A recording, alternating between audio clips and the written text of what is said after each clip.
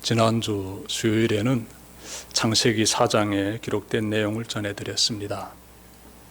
하나님께 드리는 제사를 자신의 그 어떤 목적을 이루려는 수단으로 여긴 가인을 보며 우리는 가인이 아닌 아벨처럼 진심으로 하나님을 예배해야 함을 전해드렸습니다. 그리고 죄악이 가정에서 얼마나 잔인한 폭행으로 이어지는지를 전해드렸습니다. 오늘은 창세기 6장에 등장하는 한 사람에 대해서 전해드리려고 합니다. 그의 이름은 노아입니다. 노아는 성경에서 매우 중요한 인물입니다. 노아가 얼마나 중요한 인물인지는 창세기 5장만 봐도 알 수 있습니다. 창세기 5장은 아담으로부터 시작하여 노아까지의 계보를 기록하고 있습니다. 여기서 우리가 짚고 넘어가야 하는 것이 있습니다. 창세기 5장에 나오는 아담부터 노아까지의 이 계보를 우리가 문자 그대로 계산하여 인류 역사의 시간을 찾고자 하면 안 됩니다. 어떤 사람들은요, 창세기 5장에 나오는 아담으로부터 노아까지의 이 계보를 문자 그대로 계산하여 이렇게 날짜를 잡은 다음에 이어서 노아부터 오늘날까지의 이 시간을 또한 계산해 가지고 합합니다. 즉 아담부터 오늘날까지의 이러한 인류의 이 역사의 시간은 그들이 그렇게 계산한 결과 5천에서 6천년 정도 된다라고 말합니다. 인류의 역사가 아담이 창조되어서 지금까지의 인류의 역사의 그 시간이 5천에서 6천년 정도 된다라고 말합니다. 그들이 주로 사용하는 본문이 창세기 5장입니다. 여러분, 이렇게 성경을 해석하게 되면은 문제가 됩니다. 이것은 잘못된 해석이에요.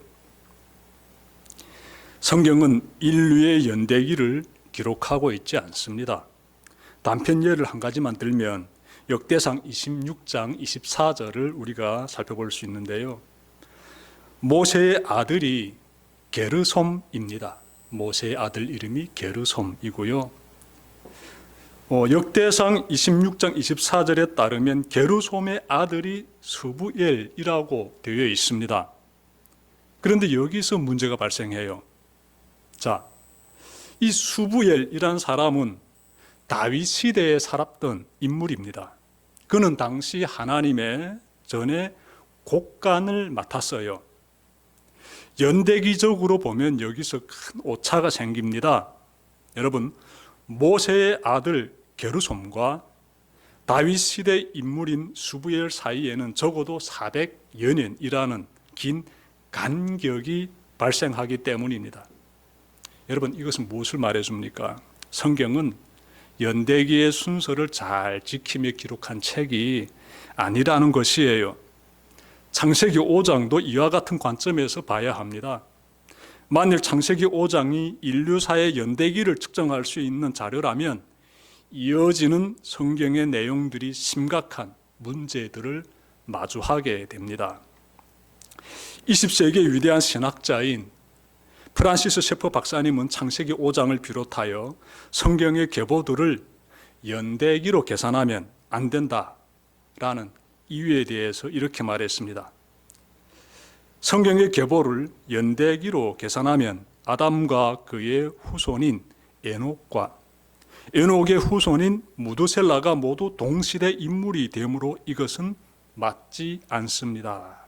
그리고 노아 홍수 시대 이후의 모든 인물들을 이렇게 살펴보게 되면 이들은 아브라함이 50살 되었을 때에도 계속 살아있은 것으로 됩니다. 더욱이 노아의 후손들인 셈과 그리고 셀라라든지 그리고 에벨, 이런 사람들은 모두 아브라함보다 오래 산 것이 되고, 심지어 에벨은 야곱이 라반에게 있을 때에도 여전히 살아있는 것이 됩니다. 이것은 불가능한 일입니다 라고 셰퍼 박사님이 말했는데요, 셰퍼 박사님의 설명은 성경의 계보들을 연대기로 사용하면 어떤 문제에 봉착하게 되는지를 잘 말해주고 있습니다. 그러므로 우리는 창세기 5장을 잘못 계산하여 인류의 역사가 5천에서 6천 정도 된다는 황당한 주장을 하지 말아야 합니다. 인류의 역사가 몇만 년일 수도 있고 몇십만 년일 수도 있습니다. 성경은 여기에 대해서 말씀하고 있지 않습니다. 그래서 우리도 여기에 대해서는 뚜렷하게 이렇게 성경에서 이렇게 말씀하고 있다라고 말하면 안 되는 것이지요. 창세기 5장에 등장하는 인물들 사이에 많은 역사의 긴 시간이 숨어 있습니다. 창세기 5장은 아담으로부터 시작된 인류의 역사 속에서 노아라는 한 인물이 어떻게 등장하고 있는지를 알려주는 데 초점을 두고 있습니다. 그만큼 노아가 중요한 인물이라는 것이지요. 창세기 6장 1절부터 7절은 노아 시대의 사회적 상황을 알려주고 있습니다. 1절부터 4절에서는 두 가지 상황이 발견됩니다. 우선 당시 인류가 번성하였음을 발견하게 됩니다. 많은 사람이 땅에 흩어져 살아가기 시작했습니다. 다음은요, 하나님의 아들들이 사람의 딸들과 결혼하여 자식들을 낳았음을 발견하게 됩니다. 자, 그들의 자식들은 체격이 큰 거인들이었으며 이들은 강한 힘으로 사회를 틀어 잡게 됩니다. 자, 여기서 하나님의 아들들은 하나님을 믿고 따르는 백성들을 가리키고 있으며 사람의 딸들은 하나님의 뜻에서 떠나 자기 멋대로 살아가는 가인과 같은 사람들을 가리킵니다. 우리는 하나님의 아들들이 사람의 딸들과 결혼하여 자식을 낳았다는 부분을 하나님의 백성이 죄인들과 휩쓸리며 동화되어 갔다고 해석할 수 있습니다. 그 결과 어떻게 되었을까요? 온 세상이 죄악으로 넘치게 되었다라고 성경은 말씀하고 있습니다. 이 모든 것을 보신 하나님은요, 사람을 지으신 것을 후회하십니다. 굉장히 후회하십니다. 제가 5절부터 7절까지 말씀 찾아 읽겠습니다. 주님께서는 사람이 죄악이 세상에 가득 차고 마음에 생각하는 모든 계획이 언제나 악한 것뿐임을 보시고서 땅 위에 사람 지으셨음을 후회하시며 마음 아파하셨다. 주님께서는 탄식하셨다. 내가 창조한 것이지만 사람을 이 땅 위에서 쓸어버리겠다. 사람뿐만 아니라 짐승과 땅 위를 기어다니는 것과 공중의 새까지 그렇게 하겠다. 그것들을 만든 것이 후회되는구나. 하나님의 말씀입니다. 하나님의 백성들까지 죄에 빠져버리자 하나님은 깊이 후회하셨으며 자신이 창조하신 사람을 비롯하여 모든 생명체를 쓸어버리기로 마음을 굳히십니다. 그 정도로 인간의 범죄가 심각했던 것이에요. 여러분, 하나님의 백성이 죄를 짓는 과정이 2절에서 나옵니다. 여러분, 그들은 자신들의 눈의 만족을 따르다가 죄에 빠지고 말았습니다. 2절 보십시오. 제가 말씀 찾아 읽겠습니다. 하나님의 아들들이 사람의 딸들의 아름다움을 보고 저마다 자기들의 마음에 드는 여자를 아내로 삼았다. 이렇게 말씀하고 있어요. 사람의 딸들의 아름다움을 보고 죄를 짓는 하나님의 아들들을 보면 누가 떠오릅니까? 어떤 사람들이 떠오릅니까, 여러분? 먹음직하고 보암직하고 탐스러운 선과 악을 알게 해주는 나무의 그 열매를 보고 따먹은 아담과 하와가 떠오르지요. 여러분, 죄의 유혹이 어디에서 시작되는지 우리가 잘 깨달읍시다. 죄의 유혹은 우리의 눈의 만족에서부터 시작이 됩니다. 다시 말해 우리의 오감의 만족으로서 거기에서 죄의 유혹이 다가온다는 것이에요.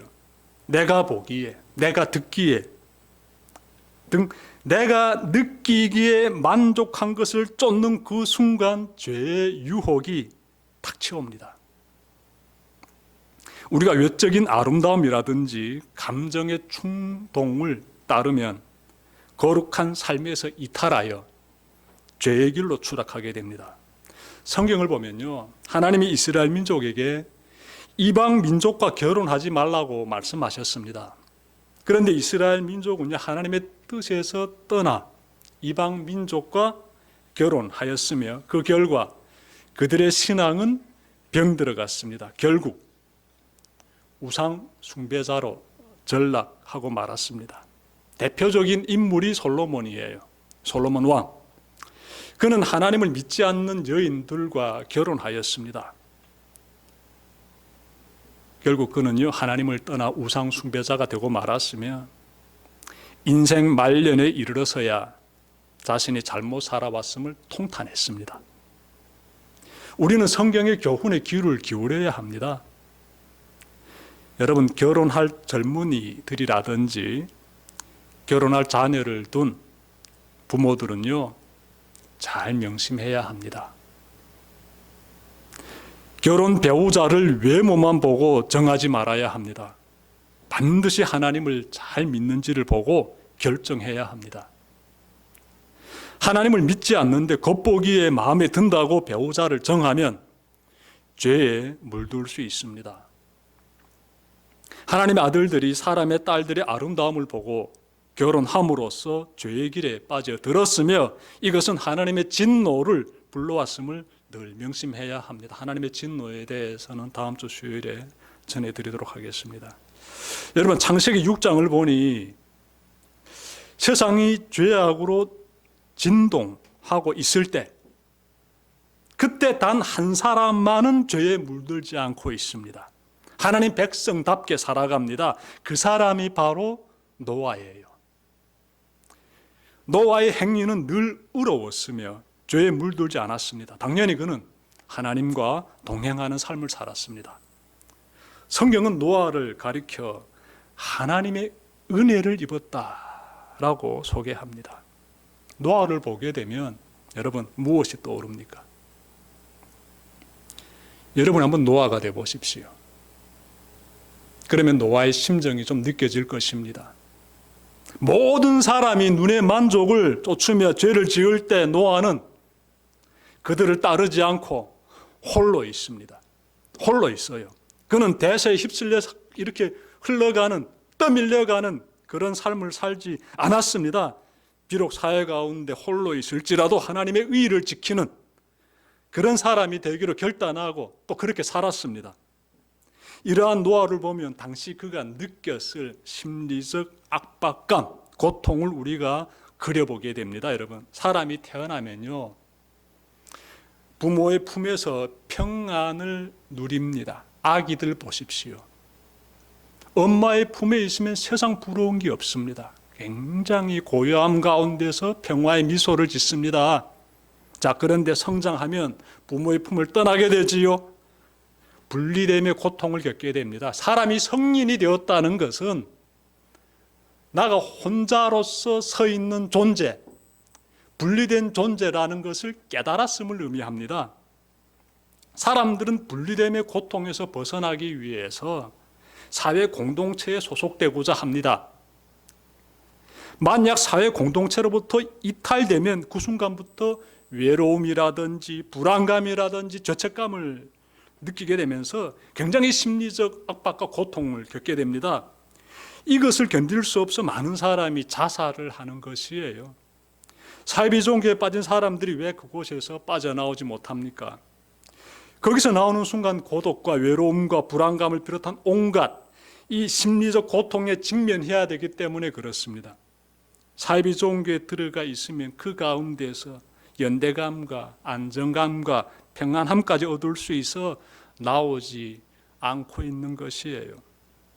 여러분, 인간이 사회로부터 겪는 이러한 감정을 고려해 볼 때 노아가 사회의 거대한 흐름을 거스르고 홀로 서 있는 모습은요, 굉장합니다. 정말 놀랍습니다. 노아는 세상에서 홀로 서 있는 것으로 인하여 밀려오는 그러한 고통을 이겨내고 있습니다. 그가 그토록 무서운 고통을 어떻게 극복하는지 성경은 말씀하고 있습니다. 그는 하나님과 함께하고 있었어요. 그는 하나님과 동행하고 있었습니다. 하나님께서 그에게 은혜를 부어주셨어요. 그의 마음의 고독함과 불안감과 죄책감을 비롯한 온갖 심리적 고통이 하나님의 은혜로 말미암아 다 사라지게 되었지요. 여러분 8절과 9절 보십시오. 그러나 노아만은 주님께 은혜를 입었다라고 해요. 은혜를 입었다. 노아의 역사는 이러하다. 9절이에요. 노아는 그 당대에 의롭고 흠이 없는 사람이었다. 의를 행하면서 반듯하게 믿음의 삶을 살았다는 것입니다. 노아는 하나님과 동행하는 사람이었다. 당연히 하나님과 동행하는 사람이 의를 행하게 되고 반듯한 믿음의 삶을 살게 되는 것이죠. 그래서 우리가 하나님과 함께 동행하는 삶을 간절히 추구해야 되며 원해야 되며 또 그렇게 살아야 되는 것입니다. 우리는 노아를 보며 세상의 죄악을 이겨낼 수 있는 길을 찾게 됩니다. 지금까지 불신자들과 휩쓸리면서 그들처럼 말하고 행동하는 삶에서 나름의 안정을 찾았다면 이제는 그 길에서 떠나십시오. 지금까지 하나님의 백성답지 못한 거짓되고 탐욕스럽고 방탕하고 이기적인 삶을 살았다면 이제는 그 삶에서 당장 떠나십시오. 지금까지 하나님을 믿는다고 하면서 속으로는 자기 자신만을 믿으며 살아왔다면 이제는 불신앙의 그 삶에서 꼭 떠나십시오. 노아처럼 거룩한 하나님의 백성다운 삶을 살아가십시오. 하나님만을 의지하며 하나님의 말씀을 따라 사는 의인의 삶을 시작하십시오. 불의와 거짓과 탐욕으로 들끓고 있는 험한 이 세상을 사는 동안 부디 죄악에 물들지 말고 주님의 그 은혜로 말입니다. 죄악에서 떠나는 삶 여러분들이 살아가시고 더욱 하나님만 의지하고 하나님과 동행하는 여러분의 남은 한 주의 삶이 되시기를 주님의 이름으로 축원합니다. 기도드립시다.